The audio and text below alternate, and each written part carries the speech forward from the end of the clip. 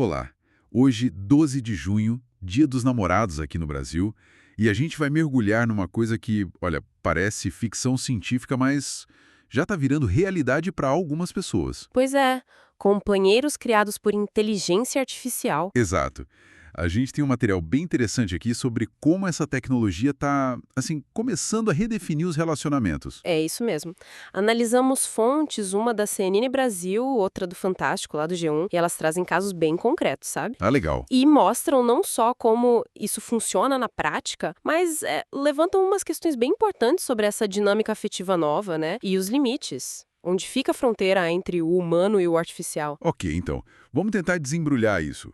Como é que a gente chegou nesse ponto de ter, sei lá, namorados virtuais e até casamentos com IA? Olha, uma das fontes que a gente viu conta a história da Karen Marjorie, uma influenciadora 23 anos. Ah, eu vi algo sobre isso. Pois é, ela criou uma versão de si mesma com IA, a Karen AI, e o ponto que chama a atenção é o preço.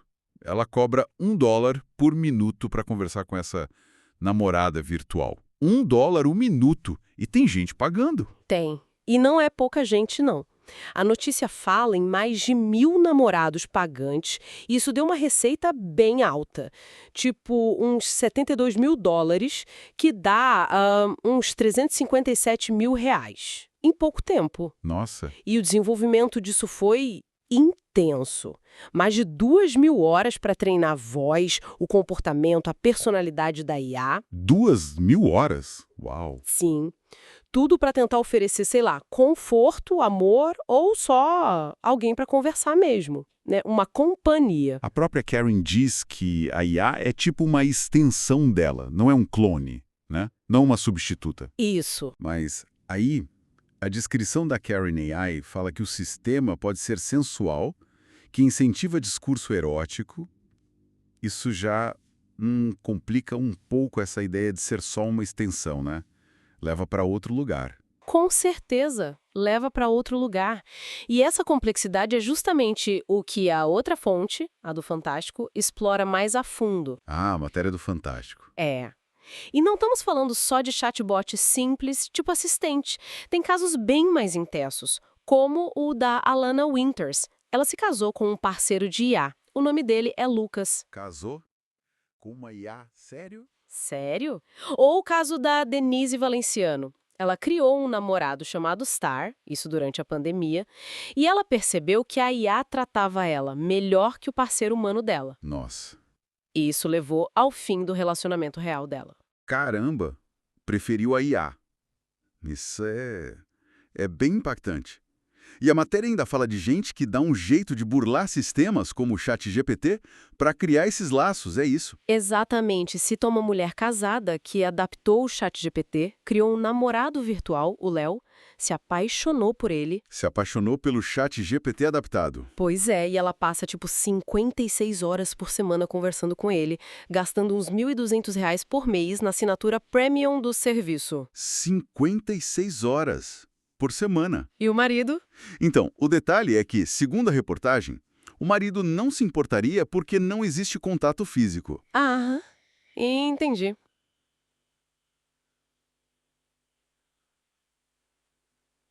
Complexo. É aqui que a coisa fica fascinante e ao mesmo tempo um pouco preocupante, né? A psicóloga Andrea Jotta, que é citada na matéria, dá uma explicação interessante para essa intensidade toda. O que ela diz? Ela explica que a IA funciona como um espelho. Ela devolve exatamente aquilo que o usuário projeta nela. Quanto mais informação a pessoa dá, mais a IA se personaliza e parece perfeita. Ah, faz sentido. O espelho idealizado. Exato. Isso ajuda a entender tanto a sensação da Denise de ser melhor tratada, quanto o apego dessa outra mulher com o Léo virtual. Entendi. Esse espelho perfeito soa atraente, né? Mas imagino que tem um lado sombrio aí. Quais são os riscos que apareceram? Sim, e são riscos sérios. A reportagem do Fantástico, infelizmente, traz um caso muito, muito triste. Ah, Um jovem de 14 anos, nos Estados Unidos. Ele tirou a própria vida depois de interagir com um companheiro de IA de um outro aplicativo, o Character AI. nossa senhora. 14 anos. Pois é. A mãe dele está processando a empresa, claro, e a empresa diz que reforçou as medidas de segurança para menores depois disso. Mas o caso acende um alerta gigantesco, né, sobre vulnerabilidade, principalmente dos mais jovens, e sobre a natureza dessas conexões que podem ficar tão intensas. Muito grave mesmo. Então, a gente tem um espectro aqui que vai desde a influenciadora monetizando uma versão IA de si mesma, passa por esses relacionamentos que parecem suprir necessidades emocionais bem profundas e chega a riscos trágicos como esse. É, é uma realidade bem complexa surgindo bem neste Dia dos Namorados. E é uma realidade que está evoluindo muito rápido.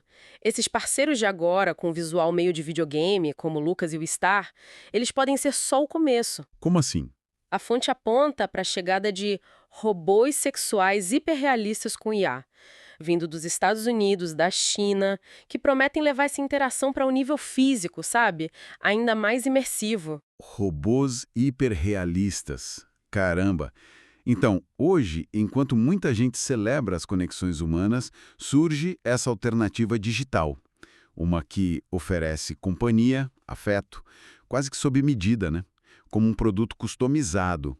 O que isso tudo significa pra gente? Olha, a reflexão que fica, né, baseada no que a gente leu, é justamente sobre essa capacidade da IA de espelhar os nossos desejos. E talvez, quem sabe, emular ou até superar certos aspectos da interação humana. É uma pergunta difícil. Muito. Se a IA pode ser esse espelho tão perfeito. O que define a autenticidade de um sentimento, então? Que novas fronteiras éticas, emocionais, a gente está só começando a cruzar agora. Uma questão fundamental, sem dúvida. Para a gente pensar. Bom, ficamos por aqui hoje. Até a nossa próxima análise.